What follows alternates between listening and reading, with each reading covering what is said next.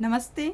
मैं राजस्थान शिक्षा महाविद्यालय की व्याख्याता कक्षा बीएड फर्स्ट ईयर की यूनिट संख्या 4 का टॉपिक दल शिक्षण के बारे में विस्तृत चर्चा करूंगी। तो आइए हम देखते हैं कि दल शिक्षण क्या होता है।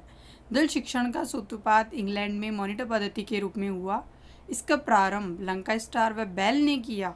सन 1960 में ब्रिटेन में इसका उपयोग किया गया और यह बताया गया कि शिक्षार्थियों के लिए बहुत आवश्यक होता है। अब हम देखते हैं दल शिक्षण का अर्थ। दल शिक्षण दो शब्दों से मिलकर बना है, दल और शिक्षण।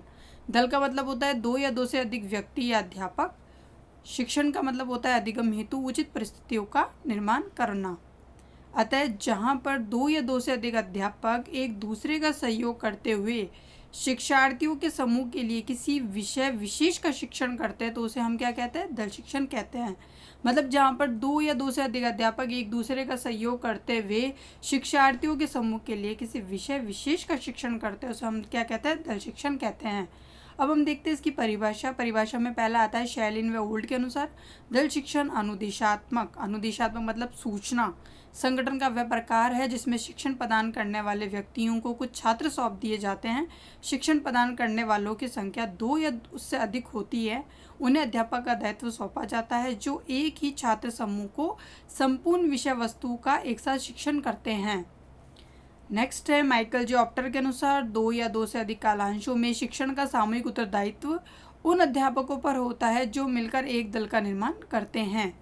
आगे हम देखते हैं इसकी विशेषताएं में है कि दो या दो से अधिक अध्यापकों द्वारा शिक्षण कार्य करते हैं। सेकंड है विषय के स्पष्टीकरण के लिए श्रव्य दृश्य साधनों का उपयोग। छात्रों को विभिन्न क्षेत्रों में अधिकाधिक ज्ञान प्राप्त, सहकारिता की भावना पर आधारित और अध्यापकों द्वारा विभिन्न विषयों का वास्तविक समन्वय सामने आता है। दो या दो से अधिक अध्यापक मैंने आपको बता दिया है। विषय के स्पष्टीकरण के लिए हमें श्रव्य दृश्य साधनों का उपयोग करना पड़ता है और उसमें विभिन्न क्षेत्रों में अधिकाधिक ज्ञान प्राप्त होता है। छात्रों को सहयोग की भावना पर आधारित होती है और सभी विषयों का हमें क्या होता है, ज्ञान प्राप्त होता है। अब आते हैं दल शिक्षण के प्रकार। दल शिक्षण के प्रकार 3 प्रकार के होते हैं, आम सभा सत्र और लघु सभा सत्र और प्रशिक्षण प्रयोगशाला सत्र। आम सभा सत्र वो होता है जिसमें शिक्षार्थियों को एक बड़े कमरे या हॉल में एकत्रित कर दल शिक्षण के माध्यम से ज्ञान दिया जाता है। मतलब एक बड़ा हॉल होता है, उसके अंदर सभी शिक्षार्थियों को बिठा दिया जाता है और दल शिक्षण के माध्यम से उन्हें ज्ञान दिया जाता है। लघु सभा सत्र जहाँ छोटे छोटे समूह में बांटकर दल शिक्षण के माध्यम से मार्गदर्शन देना, व्यक्तित्व संपर्क के अवसर प्रदान करने के उद्देश्य से और लाभ मंदबुद्धि कमजोर शिक्षार्थियों के लिए, मतलब छोटे छोटे समूह में बांटकर अलग अलग कक्षाओं में बिठाकर उन्हें व्यक्तिगत संपर्क के आधार पर जहाँ पे दल शिक्षण दिया जाता है उसे हम लघु सभा सत्र कहते हैं। आगे हम बात करते हैं प्रशिक्षण प्रयोगशाला सत्र, जहाँ पर शिक्षार्थियों को प्रयोग करने के लिए दिए जाते हैं। स्वयं प्रयोग करना मतलब इस पर शिक्षार्थी स्वयं प्रयोग करता है, वो भी अध्यापक उसका मार्गदर्शन करता है और फिर आगे तर्क वितर्क के माध्यम से अपने प्रयोगों को सही सिद्ध किया जाता है, जैसे भूगोल, विज्ञान और गणित।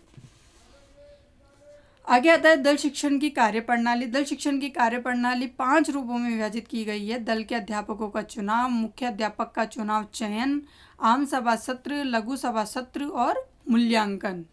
तो पहले हम बात करते हैं दल के अध्यापकों का चुनाव। दल के अध्यापकों का चुनाव का मतलब है यहाँ पे एक पहले क्या होता है कि दलों के अध्यापकों का चुनाव किया जाता है, मतलब सभी अध्यापकों का चुनाव कर लिया जाता है। फिर मुख्य अध्यापक का चुनाव, उन्हीं में से एक मुख्य अध्यापक का चुनाव किया जाता है सेकंड वाले पॉइंट में। और जब मुख्य अध्यापक का जब चयन हो जाता है उसके बाद में उन अध्यापकों से और अध्यापकों को उनका दायित्व, उनकी योग्यता के अकॉर्डिंग उनका कार्य उन्हें निर्धारित कर दिया जाता है। फिर आम सभा सत्र, जैसे कि आम सभा सत्र में क्या होता है, सभी शिक्षार्थियों को एक बहुत बड़े कमरे या हॉल में एकत्रित किया जाता है और उन्हें दल शिक्षण का ज्ञान दिया जाता है। फिर लघु सभा सत्र में छोटे छोटे समूह में विभाजित करके उन्हें अलग अलग कमरों में विभाजित कर दिया जाता है और जो शिक्षार्थियों को जो भी पॉइंट होता है, उनके कुछ भी उन्हें डाउट होता है, कोई प्रश्न पूछना होता है, कुछ वाद विवाद करना होता है, तो वहीं जाके लघु सभा सत्र में करता है। मूल्यांकन कि बच्चों ने कितना अधिगम किया है, शिक्षार्थियों ने कितना अधिगम किया है, ये हम किसके माध्यम से पता करते हैं, मूल्यांकन के माध्यम से। अब हम बात करते हैं दल शिक्षण के सिद्धांत। समयावधि का सिद्धांत मतलब ये है कि कम महत्व के विषय को अधिक समय नहीं देना है, जो ज़्यादा अधिक महत्व के जो विषय हैं उनको अधिक समय देना होता है। अनुदेशन का स्तर, अनुदेशन मतलब सूचना, जो भी विद्यार्थियों को सूचना दे रहे हैं वो उनकी क्षमता के अनुसार हो, अनुदेशन का स्तर विद्यार्थियों के अनुसार। तीसरा आता है बालकों के अधिगम का निरीक्षण करने का सिद्धांत। निरीक्षण कैसा हो, किस प्रकार का हो, यह सब अध्यापक को पहले से ही पता रहना चाहिए। अध्यापकों का उपयुक्त उत्तरदायित्व उनकी योग्यता, क्षमता, रुचि, उत्तरदायित्व का ध्यान रखना चाहिए। अधिगम वातावरण, अधिगम का जो वातावरण होता है वो होता है प्रयोगशाला, पुस्तकालय में ही अधिगम का वातावरण बनता है। आगे आता है लाभ अध्यापकों के ज्ञान में वृद्धि। अध्यापकों के ज्ञान में वृद्धि में शिक्षकों को न केवल छात्रों की उपस्थिति में पढ़ाता है अपितु उन्हें अन्य अध्यापकों और कर्मचारियों की उपस्थिति में भी वह पढ़ाता है। तो उनके अध्यापकों की क्या होती है, ज्ञान में वृद्धि होती है। फिर दूसरा आता है मानवीय संबंधों की स्थापना। मानवीय संबंधों की स्थापना क्योंकि अध्यापक और छात्रों के मध्य क्या होता है, निकट संबंध स्थापित होते हैं। नियोजन शिक्षण संभव, जब दल के सदस्य कक्ष में शिक्षण हेतु आते हैं तो वे विभिन्न कार्यों विषय वस्तु के प्रस्तुतिकरण की पूरी योजना बना के आता है। मतलब जो कभी भी कोई अध्यापक जाता है तो पूरी योजना बना के जाता है कि आज उसे क्लास में कैसे पढ़ाना है, कौन सा टॉपिक पढ़ाना है।